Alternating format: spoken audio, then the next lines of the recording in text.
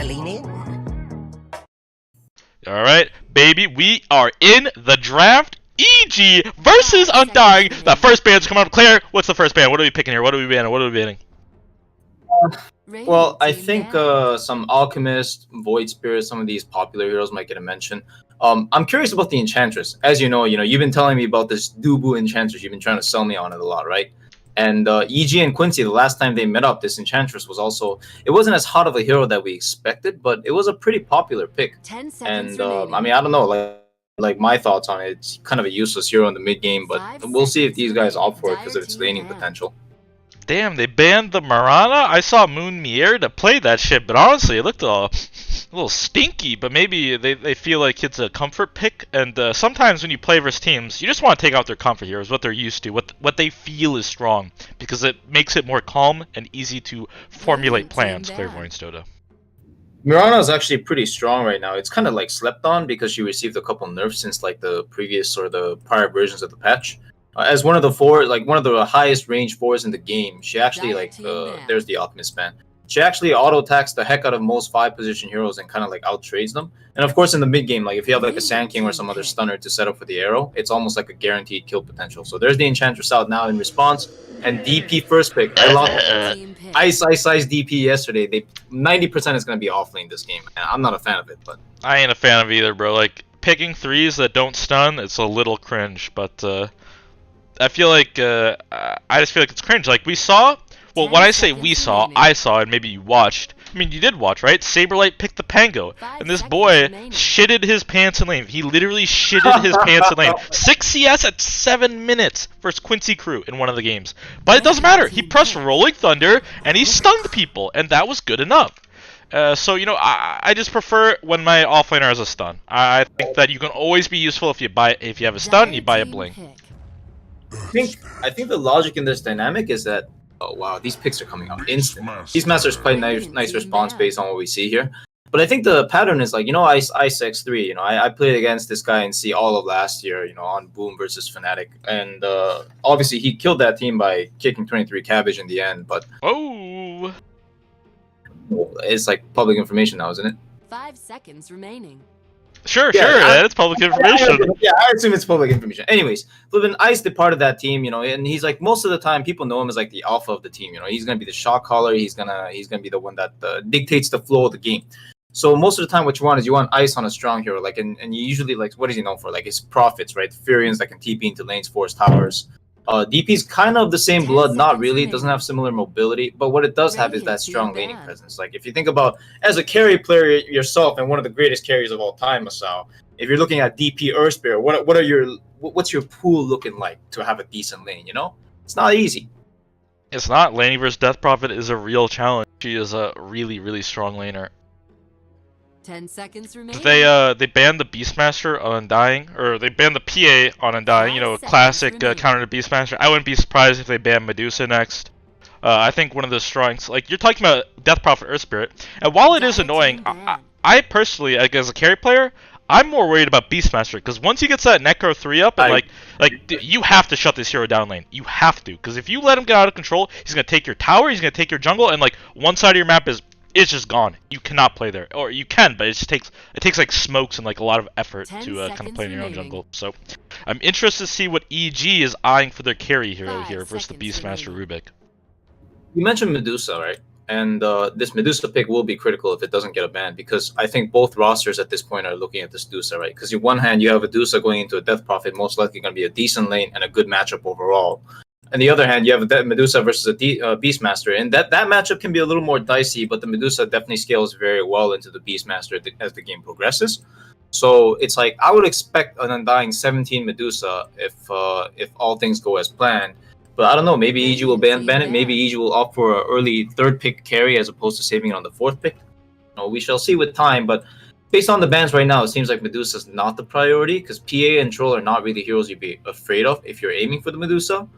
But yeah, like you can't just cater your bans towards like a guaranteed pick, because you don't actually know what the enemy's always going to ban and pick as well. So, so far they're just banning Beastmaster counters, and I think along this line, what's the next hero that'll be banned? What's another carry that's good against Beastmaster? Monkey King, Terrorblade, probably not seen as much. Naga. Oh, stuff like there's 0% PL, chance we see a Terrorblade. there's the Monkey King ban. There might be a PL ban next. Yeah, PL or Medusa. I feel like there's 0% chance they pick a Terrorblade. I would be extremely surprised if they did that. Because the thing about Terrorblade is, like, while it's like nice for its Beastmaster, you can't contest the lane. You give up the lane. And the main problem with Beastmaster, as I said earlier, you have to contest him in lane. You can't give him that free lane. And that's what I mean, he will explode. He will definitely explode in like in his growth. But I mean, that's kind of what Beastmaster does. Like, he at one point he can just kill any hero, and then he just takes over a portion of the map. And you know, it's honestly like kind of hard to run into this hero too if the player knows what he's doing, like how he's positioning his Hawks and his. There's a Medusa ban. I am so smart. Like, I don't want to like toot my own scrotum, but oh, there's the Undying. I don't like that Undying pick that much, but it fights the Earth Spirit very well. And again, they don't have a Tomb Killer so far, so their team fight is looking pretty decent. You know, I gotta say, like, I like Undying's draft so far, but I really don't like this Rubik pickup. I think this Rubik hero is still that hero. Like, if you don't know what to pick, you take Rubik, but like this hero is pretty soft, man. yeah, I don't. I think if your name's not Yapsor, you should stay away from the hero, or like Yapsor, like Crit or something. And last I checked, Moonmander's name is not Yapsor, so a little ballsy of him to assume that role. But we'll see how it plays out. I think Rubik's like. I don't like the hero. I think it's like very niche, and yeah, I don't like it either. I agree. But other than that, like the Undying Beastmaster, pretty strong team fight, early game potential. They banned a lot of the counters to Beastmaster, so their early game's looking quite nice. Let's see what they can follow it up with. Evil Geniuses needs to pick a hero here. Probably gonna pick. I mean, they don't have last pick, so it doesn't really matter. They're probably gonna pick their 5 here and then carry next, because the carry pool is really small right now. Like both teams banned carries in the second phase, so like. The heroes you want to pick, they're like dwindling. There's not that many carry heroes out there. Usually in the second phase, you're getting rid of at least 4 if not 6 carries. Because most people are watching that the carry spot, the core spot on the 17-18 pick, which is both at the end of the second phase. Right now I'm looking at PL for EG. I just think it's super solid on 18 here. It's almost like a guarantee. Alchemist is out. There's a lot of potential counters out. You're gonna have a fantastic lane. So they're gonna set up for that, I think, and wow. Whoa! What do we have here, ladies and gentlemen? This could be I think I have seen DP5 from Fly in a Pub. No capping, no stacking. Oh my gosh, I hate this so much, dude. Like, why? You know, I was about to call like a Chen possibly if it's like an older patch. Obviously, it's less played hero now, but it's a traditional counter Beastmaster or Crystal Maiden, which is not even banned. It would have been fantastic here.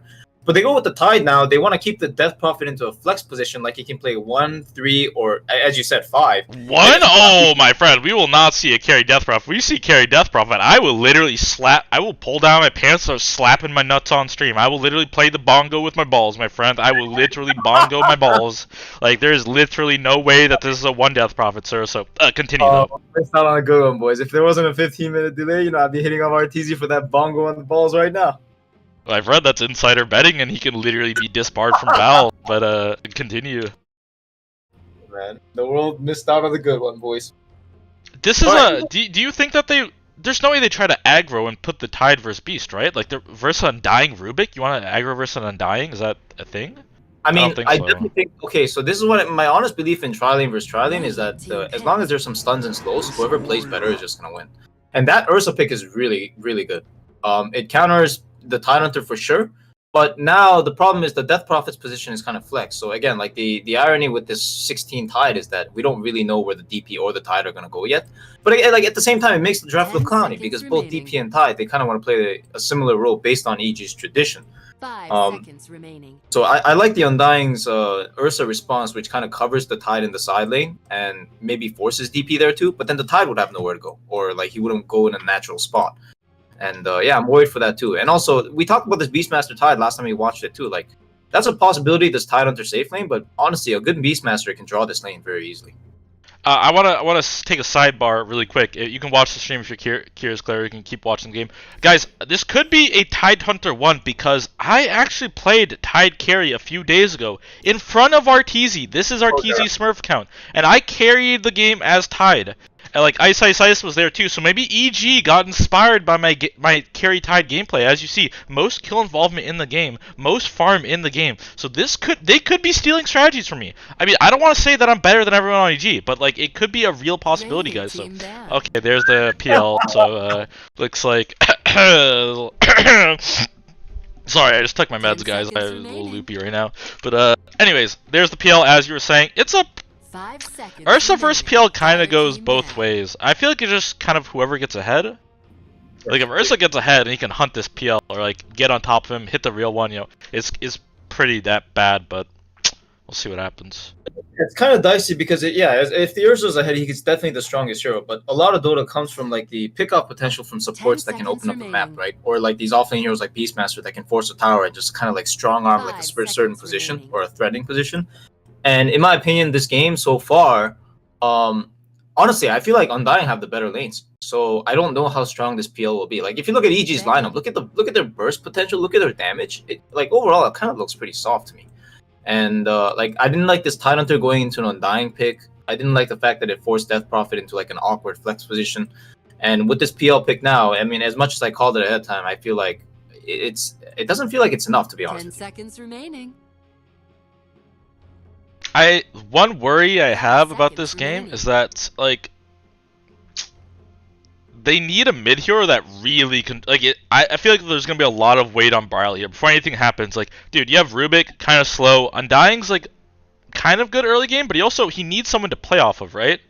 Like, I think that Brile's role is like super important in this game because Ursa's not gonna join the fights either early game. Like, and like I said, I just dislike Rubik because he's such a slow 4. Like Earth Spirit, you get like level 5, you get an urn, like you're good to go. Level 6, huge power spike. Rubik doesn't have that shit, man. He needs items. He needs a lot of levels.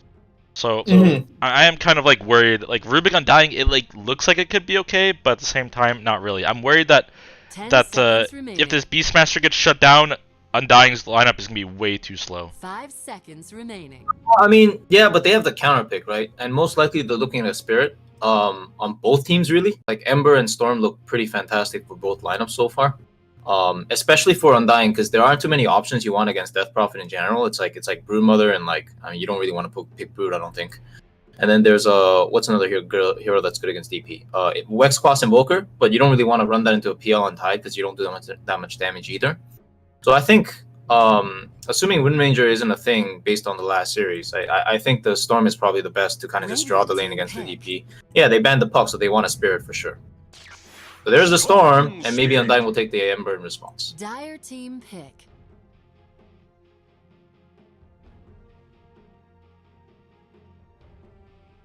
God, I'm just like looking at EG's draft, like it kind of just looks ugly to me. 10 seconds remaining. No, you don't feel that way? It's something about it's just unsettling. 5 seconds remaining. Death Prophet, Tidehunter, I mean one of these is the 5, like which one do you think is the 5? You think Tidehunter's I think Tidehunter's 5, right? No? Yeah, no. Tidehunter is definitely core because of his beast. Wait, is it? I think the DP will be 3. I think the D. Yeah, because they see the Ursa, right? Okay, they actually did go for the Wind Ranger. Okay, I'll be honest. I don't like this Wind Ranger pick. I don't think it's a good core matchup against Storm or PL. I think it's like a very safety, like I'll do fine in this lane with this. Yeah, and actually, as I say that, it's 5 DP. Looks like I was right and you were wrong, but we're not keeping score here. It's fine. I mean, I'm always wrong. That matched up to you, so why would I care about that, bro? Come on, you're the greatest, one of the best of all time. True. Saberlight, let's see. You know, he's playing Beastmaster, a little bit different from Pango. Beastmaster, you can get more CS in lane. So, over under 10 CS at 10 minutes for Saberlight. What are we thinking here, guys? Maybe put the bet up for that. Okay, a little too rude there. But no, in the Quincy series, he got shut down, but he still had impact later. Beastmaster's a little bit of a different hero, a little bit of a beast, if you will. Yeah, you kind of need a snowball in this hero and get that fast Necro 3 timing. Almost everyone goes through the Necro 3. No one really skips it and goes like Blink Medallion or whatever. So we'll see what happens there. As you said, I don't like this Windrunner pick either. I find it really strange for Storm Spirit and like PL. I mean, if you find the real PL, it's nice, but like, it just. I hate that condition. You know, it's like if you have an opportunity to just kill everything that PL has, like a Ember Spirit, for example, where you can just dominate the illusions. Like, why not? Why would you choose something that like has to focus one specific target in a scenario where the fight can become super chaotic and you already have so many single target heroes: Rubik, Beastmaster, Ursa. Like all of these are single target or pseudo single target. Like they're not going to be able to just identify the real PL if there's like 5 illusions. You could very easily resolve that with a couple picks, and I think they opted not to because they were scared. And I think that that kind of like pussyfooting, so to speak, I think it's gonna hinder them a bit. So Claire, with that all that said, sounds like you're favoring EG's draft a bit, right? Not just like player, not just like, oh, they have R2 and they have crit. No, like draft to draft, you're favoring EG, right? Yeah, 6-4. 6-4 EG at this point. I think 6-4. until the last pick, I was 6-4 on Undying, and that kind of like completely swapped with the Storm versus Wind Ranger dynamic. Yeah, I don't. God, they have so many like hit or miss heroes on the side of Undying. I feel like, you know, Windrunner, if she falls behind, it doesn't look good. Beastmaster falls behind, it doesn't look good. Like Rubik, dude, either I see Rubik's own or they shit the bed, right? Like, I have to give the nod to EG. I mean, player-wise, I'd give the nod, and draft-wise, I'd also give the nod. Like, if Undying's lineup though, like they hit their timings, like Bryle does fine mid, like Rubik can kind of like get his farm, like they can win this game, but I'm just worried that they're gonna get snowballed on. Yeah, I mean, we can detach like the scenario from the players, right? We can try to balance it and see how it looks from the outside here. It's like you look at the safe lane, right? You have this PL going to the Beastmaster. He's not really going to get threatened. He's going to need to buy more regen because PM harasses pretty well. But Rubik Beast will never threaten to kill a PL, right? If anything, it'll be the other way around, where the PL just like dashes onto a Rubik or something, or onto a board with a support with a slow. Now, in this case, I don't know this D5 DP that well. I don't think it's very good, but the one thing I know is DP is one of the best traders in the game. Like, she'll auto-attack the crap out of any hero. Yeah, Clairvoyance, that's great, but shut the fuck up, because we have the tiebreaker from hell, ladies and gentlemen. Evil Geniuses versus Undying. Yes, we have Undying. They are so emo. Anyways, guys, I am excited for this. This is a NA DPC tiebreaker, by the way. The top two teams go to the major. The third team is literally crying. Anyways, guys, we have Fly, the big strong man from Israel, on the Death Prophet. We have Abed, the Pinoy Wonder Kid. On Storm, we have Ice, the Singaporean export or import. I don't even know what the hell. I don't know why I keep saying their nationalities. Mason, who cares? I'm colorblind. I don't believe in race. Anyways, people are our people. Anyways, we have Crit, the Danish Wonder Kid, on her Sphere. And we have our tour on the Phantom Lancer. And on the flip side, we have Moon Meander. I mean, this guy's a little stinky on Rubik, I think, but hope maybe he can prove me wrong. We have him on Rubik. We have Tomato Firewalk with me, always cringe names in his sponsor for whatever reason. I mean, I remember when I was 19, I was ultra cringe. Looks like he's following in my footsteps on the Ursa. And we have Bryle, ultra cringe as well. I think this guy hits up more girls on Instagram than I hit up Twinkies at McDonald's. Bryle on Windrunner. Fake personality on stream, but real toxic in pubs on the Undying. And we have Saberlight, the Ultra Chad. Just kidding, this guy doesn't know how to see if his life on Beastmaster. And there's the rundown. Claire, let's take it away. You are too base, man. Did anyone ever tell you that? Every single day. Holy shit, dude. Whoa. By the way, Saberlight has TP'd bottom. Little weird good. Looks like sniffing out the lanes. They have a ward on the side of Undying, checking out the lane. But yeah, the TPs have been committed, and EG still has theirs, so interesting to see what they do. I mean, EG looks like they're fine with this. Because Ice they're doing standard lanes. Undying thought they'd be next level in aggro, but it's not the case. No, yeah, for sure. EG, like PL on the safe lane is a favorable matchup in any scenario here, so you definitely want to keep that in. Again, the nice thing about the offlaner in the last, multiple years, honestly, is you can just walk waves like this with the 4 position, block some camps, and then just pull the waves, and your offlaner will get something, usually, at least like 40%. Now, with that said, he's kind of getting smacked up by an Undying here.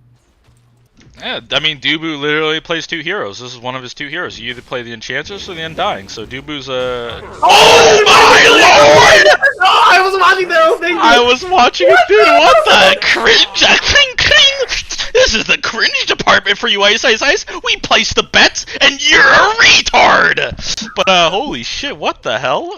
Dubu equals Chad or something, bro. What the fuck? Dude, Dubu actually didn't go for it for half a second. He was like trying to bait him because Ice was sitting on 4 sticks and he just imagined it would pop it or something. Then he went for it and he just got smacked.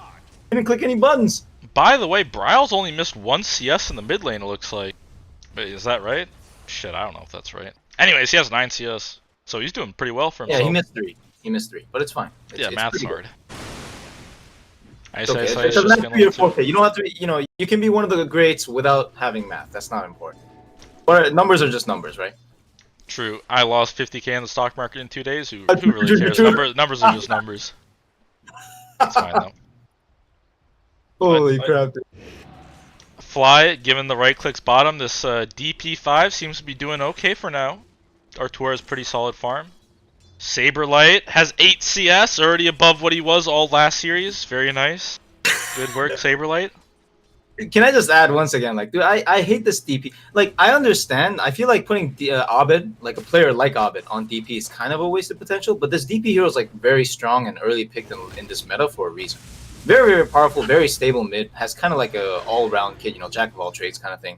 And like you give a player like Abed DP, like they're never gonna lose the lane.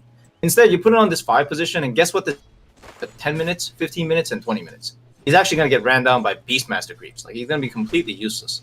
So honestly, I hate this 5 DP so much, dude. I really hate it. Yeah, I can't say I'm a huge fan of it either. I don't I feel like DP's a mid hero, and I find it weird that people think it's flex and shit. I feel like it's just a mid hero. But to each their own. You know? These guys are professional players. They know something we don't, I suppose. Oh my god, come on, you're too base, man. Don't sell yourself short like that. I mean, the thing in life is that there's balance. The balance in all things, as Empress says. Like, you can't like be based all the time. Sometimes you have to be like normal. Like, yeah, well, maybe they know something. So then, when you do say something based, it's actually based. If you're just being an asshole 24/7, like, I don't know. That's what being based is. You're kind of being an asshole. But if you're an asshole all the time, it kind of gets old. So you need to spice it up and be like humble every once in a while. That's how the game works, Claire. I respect that. Thanks for the lessons, base god. No problem. Ice, almost level 3. Will he take a point in Kraken Shell? He's just holding, I guess, just chilling with life. Yeah, I mean, he doesn't need to commit to any spells. In the case that the Undying leaves the lane like this, for example, Cam Runes or Stack or something, and Tomatoes are like 60% HP, maybe they can commit an all-in with the Earth Spirit with some, you know, damage spells. But if you want to see it mid, right, you can kind of see, you know, you're praising Brawl's CS early on, and he was doing well, but like the Storm will eventually start pulling ahead. Storm also has like a better affinity with the jungle, right? So I think, I don't know, like I just don't like the fact that, again, 24 picks, usually they should need to scale against the entire draft that you see. But what I feel is they basically picked a losing matchup where the Storm, who's going to be like a natural hunter with an Orchid, against the Wind Ranger, who needs to get a damage item before the BKB. Like, it puts yourself in kind of like a back foot situation. And again, like, there are 2 things that I don't really like in the drafting this game is the DP first and the Wind Ranger last. Yeah, so basically you're saying that Brawl has no idea how to pick. No, I think it's just a very soft thing. It's like you pick Wind Ranger when you're scared of losing the lane. It's like, oh, I see DP and I see Storm. I don't know which one. Storm hates rune top item. I have to cut you off here. We have some actions. Abed going for the rune and he's gonna get it. Oh, Poggers. And we have some action at the bottom lane. Looks like Crit Ow is making a big roll out. And he gets his first earn charges of the game. Pretty big deal. Pretty big deal to get those earn charges. Wait, Shitboo looks like he could be in trouble. Wait, Abed's just farming. Yeah. Oh, Crit Ow looking to snowball this game ow a bit ow. I'm just keep saying ow because I'm retarded ow. Dubu tombstoning high ground, but good try I suppose. That's free tomb. Yeah, it's free tomb gold. There we go. Okay, that's that. It looks like Crit now has 3 earn. Oh, he used 1. Yeah, those earn charges are pretty important. Yeah, Dubu is just giving dividends with that tomb there. Sorry, I need to move my camera a little bit. Okay, we have mic problems. Crap. Then we're like, guys, I just Storm Spirit's level 6. Maybe we can make a rotation. Fucking nerds. I already know these guys are cheating. How, if I may ask, how would they be cheating? They're strategizing. This is the classic tactical pause. It's something that people meme about, but it actually happens. Look, now he says ready. Oh, the mic magically fixed itself, huh, Fly? I mean, I'm gonna have to investigate this guy with the gaming commission, I think. Slap some fines on his ass. Accountable for these pauses, man. Holy crap, dude. So now the other team's strategizing. Actually, Arteezy's farming pretty good, but Tomato's a little bit further ahead, right? What's net worth looking like? Yeah, Tomato's pretty much up there, right next to the Storm. And the Storm's only up there because he got the extra tombstone and the Dubu kill. 6-minute runes coming out. Crit and Dubu both contesting. Fly's also contesting. EG may get the runes here. Regen for Storm. Holy Pog champ. You know that's a GG move. Yeah, Saberlight tipping Arteezy. Must be some action going down here. Is Saberlight giving him the wiener slap or what's happening? Dude, this is the first time I think I've seen Saberlight ahead in experience in his lane. Oh, Saber Frog! Abed! Oh, man. What the dude? Abed's like, I don't know, man. I say this over and over again. I love Abed. I think he's a great player. I think he's a fun person. I think he's a cool person. But dude, he's been underperforming in this qualifier for sure. Like, really underperforming. That was embarrassing. That like Clairvoyance, like you would have gotten that kill. I think like that says a lot. I feel like that says a lot. So I mean, put it this way. I think Abed, best player in Dota in 2016. I think still one of the best up there in mid laners. I think the only mid that can contest, and I honestly sure like he can beat CCNC because none of the other mids seem to do it very well. But I think yeah, like in terms of consistency, I think he's not where he used to be, and I think he needs to pull it up. By the way, I have to cut you off for a quick second because Storm Spirit literally did not have pole skilled. Oh. I don't know. You think that's a 3-2-2 or? Okay, so I know there are storms that do this because they play against a range matchup and they see little potential. But that right there might give you an example of why they should always learn pull. Like Storm is a hero that should always learn pull against Quap, Wind Ranger. I don't care who you're playing against, just because of the possible kill potential. And honestly, missing 1 point in an overload is not going to hinder your farm at all. So, I mean that's my stance on it. He should be 2-1-2. This is so weird. Why is Undying bottom with 3 heroes? Like let Saberlight get 6. Like they want to play off 6 or something, but like. They're not letting him get EXP. Why do people here? Like, dude, he's gonna stack the ancient, right? He's gonna stack the ancient here. He's gonna go bottom again. That's gonna be a perfect shove. I don't know. I think the timing is a little bit off. Yeah. Ryle going for bottom rune. Not gonna get it. Good try. 6 on ice, not yet. Our tour just chilling top. Felt the pressure bottom. Read it correctly. Good job. Yeah, that's the problem with Beast. You can't. Sometimes you just have to give up the lane. Now he's just gonna get tower for free. But our tour trying to trade and get that equal pressure going, but it's a bit harder. Like you don't have that natural inner Beast and Necro Book. So I feel like Undying should really try to defend. It could be hard, but I think like with Undying, maybe they can do it. Maybe they can bait him with Tombstone and do it that way. But EG committing 4 heroes up here correctly. Yeah, you got to play numbers to kind of replicate or mirror the tower push potential. The only thing I'm sad about this sequence now is that Ice had no resources. If he did, he could actually port down there with the Storm and defend that tower against the Beastmaster Necro push, which is one of the benefits of Tidehunter. It's like a Timber Saw. He can just sit there in the front, soak up all the damage, and not really care because he knows he's not going to die. But now he goes finally because, you know, again, he didn't have the resources early on and he was behind for whatever reason. You know what? This is also a problem with the winner pick. I feel like if they had an Ember Spirit, they would have defended top. They wouldn't do this trade. Because, like you said, this winner can't fight. He just can't. He's not strong enough for these heroes. So this winner pick already kind of like biting them in the ass a little bit.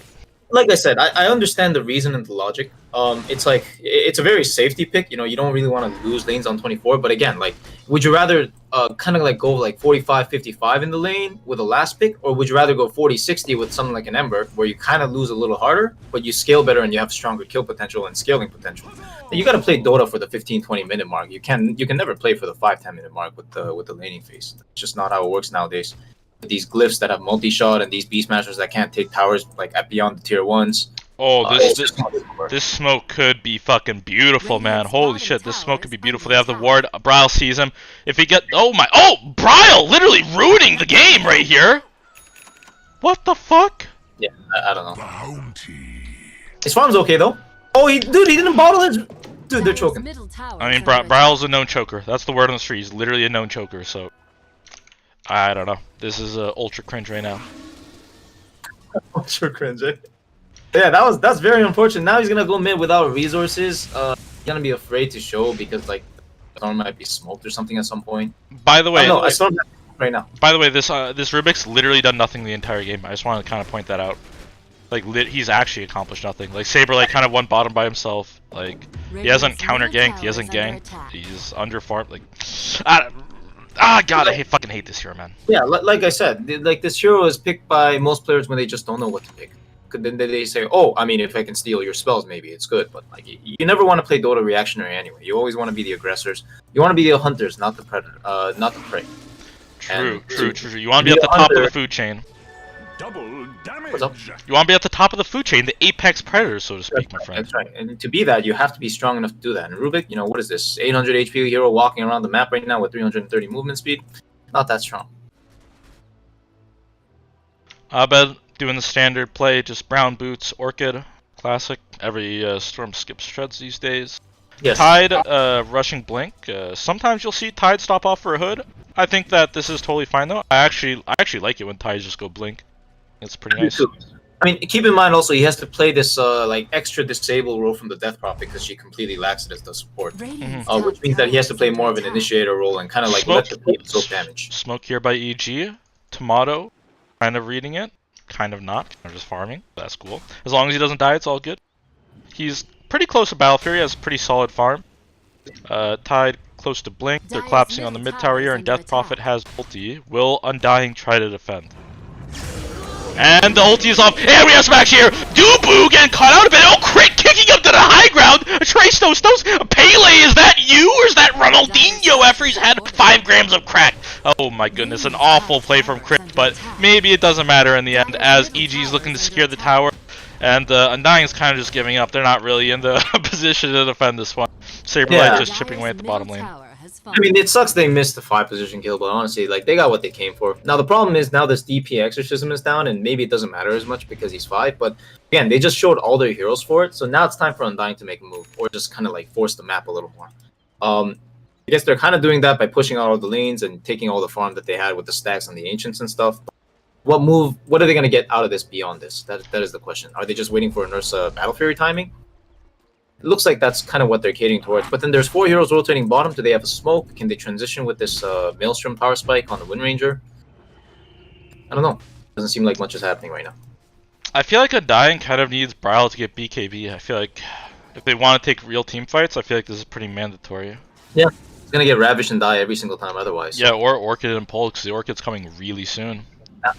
The Orchid, Pole, and Earth Spirit following up. Like, you just die and all of that.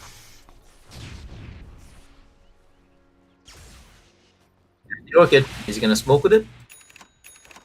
You also have the Blink on Tide, Ravage still up. DP ult's not that big of a deal. Bottom tower is under attack. Artur and Tomato almost have the exact same farm, both pretty healthy. Stack just finished by Tomato, it looks like. He has the Battle Fury whenever he gets his courier to the secret shop. Another smoke by AG, and like you said, the Orchid is here and it's online. If they just get a Dubu, though, it's not that big of a deal. They're aiming for something bigger. There's no way they just go on Dubu. They see him and they don't care. They want Saberlight. I hate this play. I'll explain it after the Saberlight comes. I mean, this isn't very exciting. It's fine. You can explain away, my friend. Okay. So it's like this. See, when a team smokes like this, you know, part of the reason is like you want to get the Beastmaster out, so you don't want to get your tower forced. But if you look at the position of the lane right now, you see where EG have like the strongest vision. It's off the fact that their top lane is basically hitting tier 2. When the creep wave hits your tier 2, most of the time, like carries and cores, like they're inclined to like show under the tower, right? The best play for EG here is to take a dominant position in the enemy woods by taking the smoke north and going to force that tower and possibly getting a pick off on a core that shows, which is the Wind Ranger in this case. And then afterwards, the PL can solo defend against the Beastmaster because that'll also force like a chain TP to try and save the Wind Ranger or defend the tier 2. Instead, they went for like a kind of a non-heads-up play where they look like, you know, the first thought they saw on the map, which is Saberlight with his Beastmaster Necros. They went and killed him.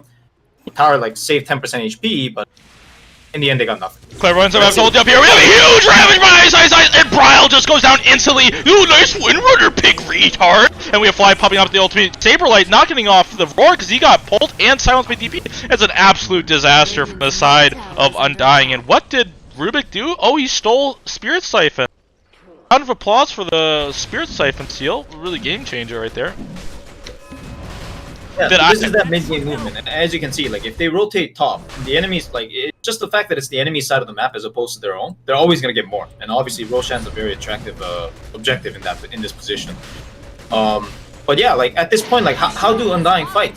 Where's their Ember Spirit? Where's their catcher that goes in? Where's this Beastmaster with a blink and possibly a BKB, knowing that he's not gonna die to any sort of counter initiation? Basically relying entirely on this Ursa to get super fat at this point, which is going to be difficult because their map's going to get smaller and smaller from here on out, right? To the Storm Spirit? Yeah, this Windrunner and Rubik are really just non-factors in this game, and the Tomato needs more items to become useful. I mean, it's hard for them to become factors, honestly. Like they need this meaty boy in the front, they need this Timbersaw, they need this Centaur, they need this I don't know, Sand King, somebody that goes in with a blink, somebody that stuns, somebody that knows they're not gonna get guaranteed executed by the Storm Spirit. And I don't know what that is right now.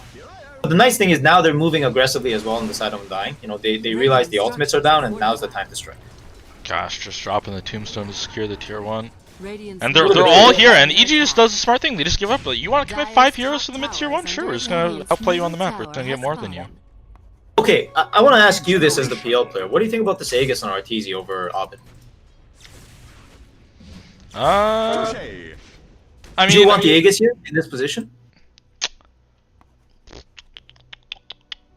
I feel like EG's lineup is not mobile enough. Like, okay, look, who's gonna be camping a PL here, right? It's not gonna be an Earthshaker that's gonna turn to like a 1v3 fight, turn the tides of the battle or whatever. And Headhunter is gonna most likely show himself on the map because he's pushing out lanes this game because the supports can't really do it. So what's gonna happen is this PL is either gonna get double picked or he's not gonna get picked because he's like too hard to kill already, and then like Undying's not gonna commit for it. So in my head, like the Storm being the prime initiator and, you know, kind of like the volume pickoff player, you know, where he can just initiate every 20 seconds or as soon as he has resources, it just makes more sense to put it on the Storm where he can go for these risky solo kills that he might get turned on and then the team can support him, as opposed to putting in this PL who's going to be likely in vision but not really be under the threat of dying anyway. I think this Aegis and this Rosh, honestly, this first and second Aegis is very important and competitive right now. It's like it's a very important tool to understand to close out the game or potentially take a greater lead, obviously. And I'm not a fan of this PL taking this Aegis here. I think it's good. PL. He's just gonna farm. He's gonna do nothing but farm. Like, how does his play change with Aegis? I completely disagree. I think they're gonna run at towers. He's doing it right now. He's literally hitting the tier 2 at 16 minutes. No, but what I'm saying is like the tower defense. The excuse of the tower defense won't be because PL has the Aegis. You know what I mean? Like PL having Aegis or not having Aegis is not going to determine the strength of EG's lineup. It's going to be entirely based on Ravage and how well the Storm can go in with the Earth Spirit. How much the PL can show in vision, because that's what the Aegis is. It just gives you an excuse to show in vision because you don't care if you die, right? But look at this, like look at the positioning. Like Undying is not bottom right now because PL is Aegis. They're bottom right now because they know they can't fight EG based on the position. I don't know. I always like to give it to, like, if I have like a Night Stalker or a Storm or like any of these heroes that go in, I like to give it to them because I feel like they can just get more value out of it most of the time. But I know that there are a lot of carry players that just want to play with this Aegis because they know they're, you know, kind of like demigods when they have this.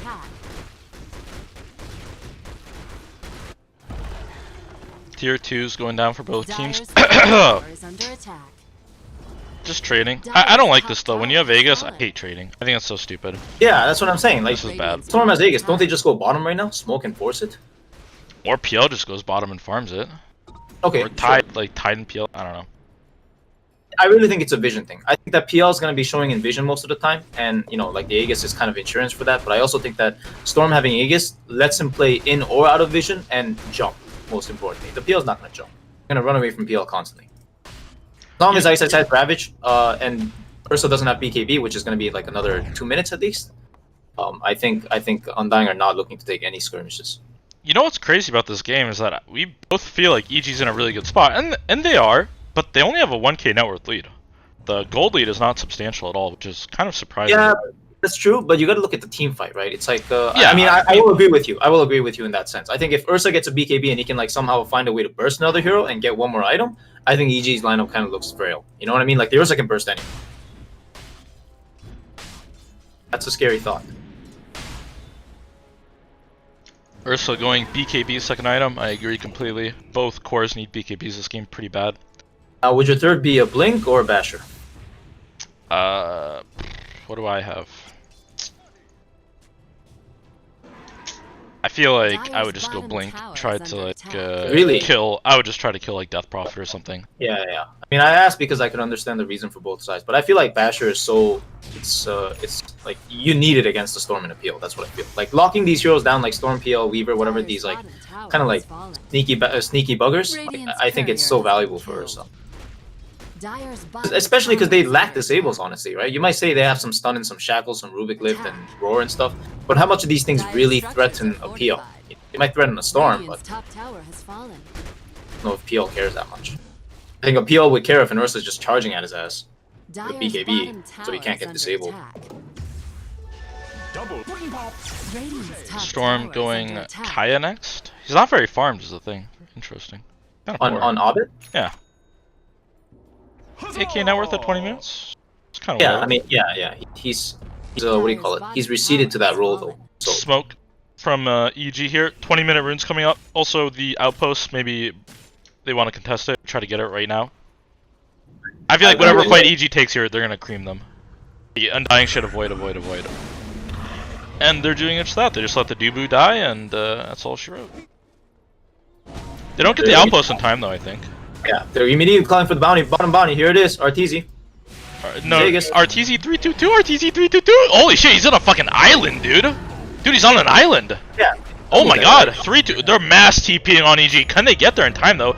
We have a doppel up soon. If they get the raw, find the real one. Holy cringe! Saberlight, you're so fucking bad! You're so fucking bad! And here's the fucking game. Here's the fucking game now. Literally a GG moment. Literally a GG moment.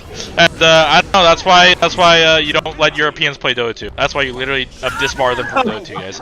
And that's most likely the game. I'm gonna be honest. That's literally just the.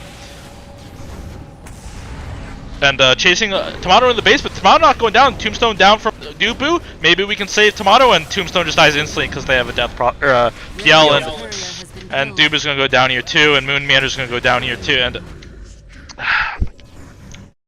Oh, RTZ with the 500 IQ bait. I mean, can we just call Saber later? That was too good. Dude, he's gonna come on Discord later and say, yo, I calculated that. He's gonna talk about that shit. Oh man, I'm already waiting for it. Holy lord! I mean, he did move the illusion first, so like Oh, whoa, what a gamer! What a gamer! Hey! There's a look, man. There's a lot of PL players that don't do that. Do you remember Taki back in North America? NA Dota Kira. Do you remember that guy at all?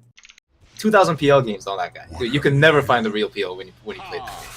Looks like Abed going on Saberlight again. Will Saberlight get off Aurora this entire game? Oh, thank God he lived there. Maybe he'll get one off here.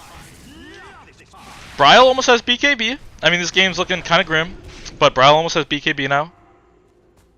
No, I mean, honestly, like it's these fights are off these like 4-man ravages after like a awkward sequence. Like, if somehow Undying can get a smoke off and jump with the Wind Ranger, which is still really tough, but you get a BKB, you get a blink on Saberlight or BKB on Saberlight as well. If you get the right targets, they can definitely still win some of these fights. I mean, if Moon Meander steals Ravage, they can win too, but the man is 0-1-0, hasn't stolen a useful spell yet, so kind of not having much of an impact this game.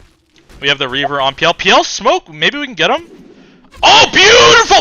Beautiful check from Brian! We have the BKB followed up by Tomato if necessary, and Artur goes! He's gonna go down here for sure, and beautiful play by Bryle. Amazing initiation. I was praising this guy's winner for years and years. Clairvoyance is like, oh, Mason, what are you talking about? But dude, like, just shut the fuck up and relax. Claire. Shut the fuck up and relax. BKB not used it too. There, though.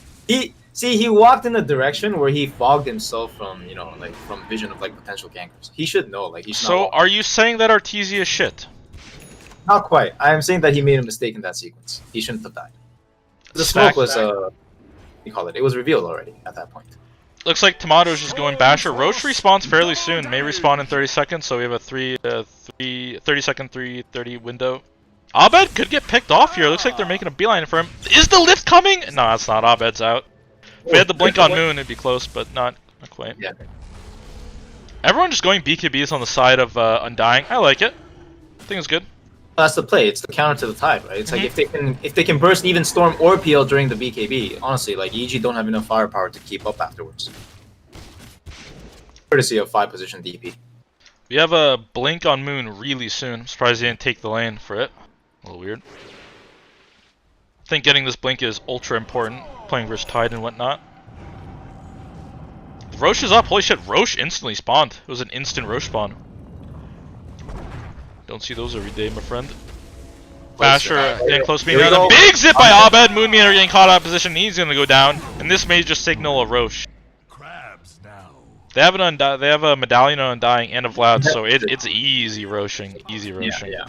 It's a haste rune, so Roche will die by like 24-40 or something like that, and then even faster. This could be the game if Moon buys back here and they try to contest this and they lose this, and I think they will at least they will at least try to contest it. I don't know if Moon will buy back, but this Rosh is dying really fast. You have the DP, you have the Vlad, you have the Medallion. This is a really big fight. If Undying loses this fight, it could just spell game. Dubu walking in, he gets silenced without getting a tombstone, and a huge Ravage! Bryle AFK sleeping in the fucking tree line or something! Get off the PKB, young lad! Get off the PKB, young lad! Missing the shackle! Tomato pops the PKB, but not connecting on anything, randomly presses the ultimate, and oh, by the way, Rubik never bought back for that, a little interesting, and Tomato's just going down, and this looks like an absolute disaster. Saberlight, passive roar! Passive roar! He gets the roar finally! Jesus Christmas, guys. Dude, this was a... Oh my god, just... No spells were casted, it seems. Like, the Tidon is just pressing Ravage, and that's all she wrote. Like, he just presses Ravage, and it seems over. Like, there's no counterplay, there's no, like, oh, they ravaged us, but I'm gonna roar the PL or roar the Storm, we're gonna kill the Storm. Like, there's just nothing.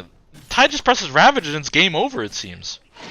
Yeah, I mean, you're not going to be able to react to the Tide initiation with BKBs. This is how it's going to look every time. They like I said, they don't have the illusion counters to stand their ground in the presence of EG's lineup, right? Like, the PL and Storm just look too strong, and by the time the Ravage is done, the Wind Ranger already lost half her HP, so she's not going to sit there with a BKB that's expiring, trying to, like, focus fire heroes down at that point.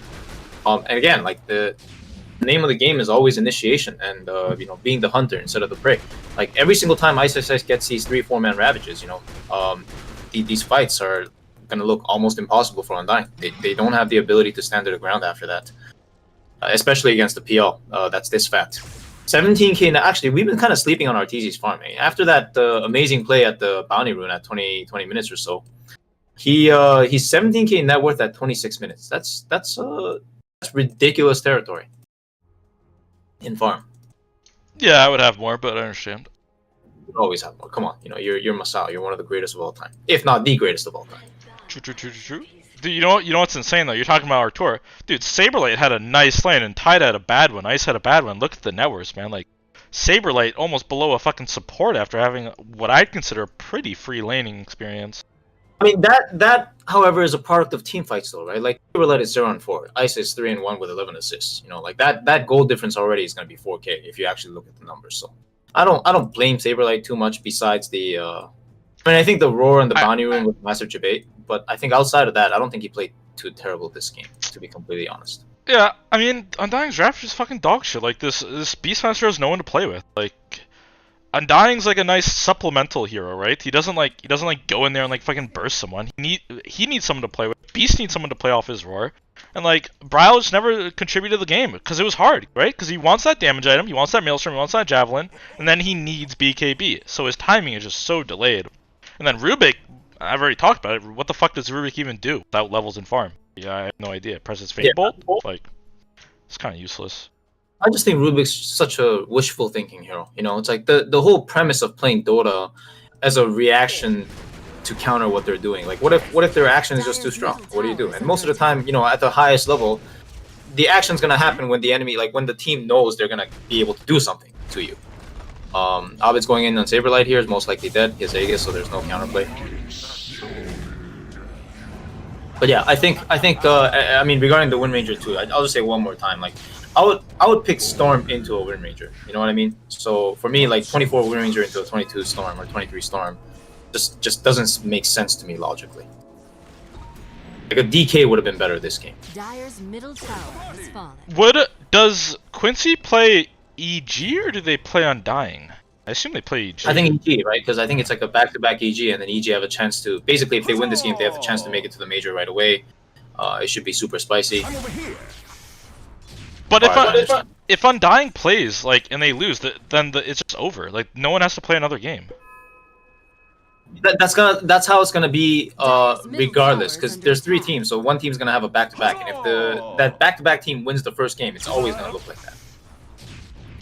No, because you misunderstand. Like, if Undying plays next, right, and they lose, then they're just done. Like, the whole tiebreaker is literally done in 2 games. Yeah. But if EG plays Quincy Crew, and regardless of win and loss, there still has to be a 3rd game that's played. Right. I mean, EG is playing Quincy Crew though, right? Yes, I'm saying it doesn't have to, like, regardless of what happens in the EG Quincy series, regardless, win, Yeah, lose. I know what you're saying.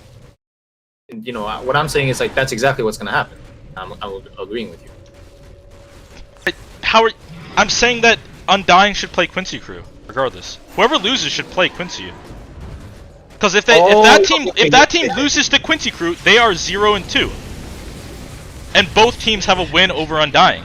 So the tiebreaker's just over. Right. Yes. Oh, I guess for ranking it's important though. Oh, yes, for ranking. Yeah, there's gonna be games no matter what.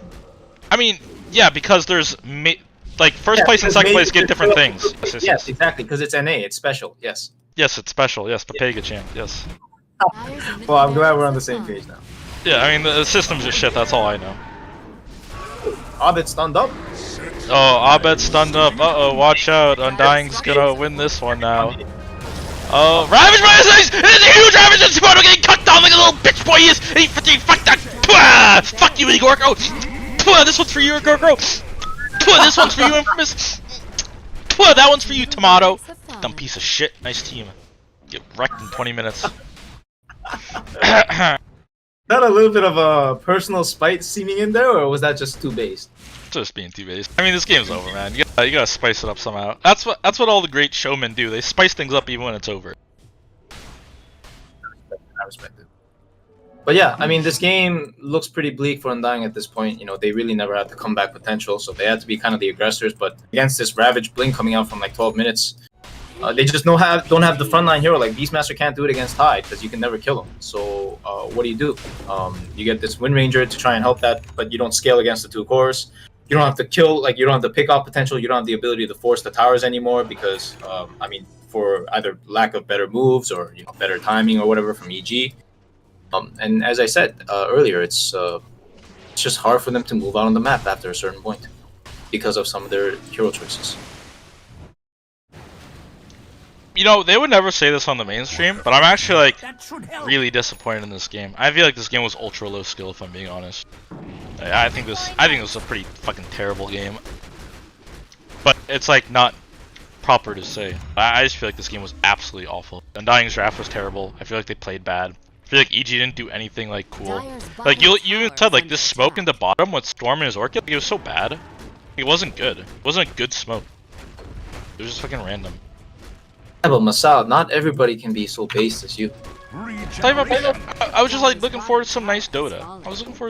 Hopefully EG Quincy Crew provides it. I feel like that series will be better. Yeah, I'm inclined to agree, and I'm certainly hoping the same at this point. I don't know. I think Undying, showed that they could do it. To be completely honest with you, I just think like the setup really wasn't. Well, here we go, last fight. Holy base, the big pull from Abed. Abed going ham squeezy. Both BKBs pop inside of Undying, but we got a roar on the PL illusion against Saberlight. I think 0 for 22 on these roars, good sir. A little cringe, my good fella. And there's the GG call by Moonmander, and this one was over before it get. Oh, a rampage for TG! And yeah, just like that. It is over. Yeah, it was a little disappointing. It was disappointing. It was. It was hype based on what Undying have shown that they were capable of doing in the Quincy series. It was hype based off of Moon Meander's, I guess what do you call it? Colorful interviews. And unfortunately, I think.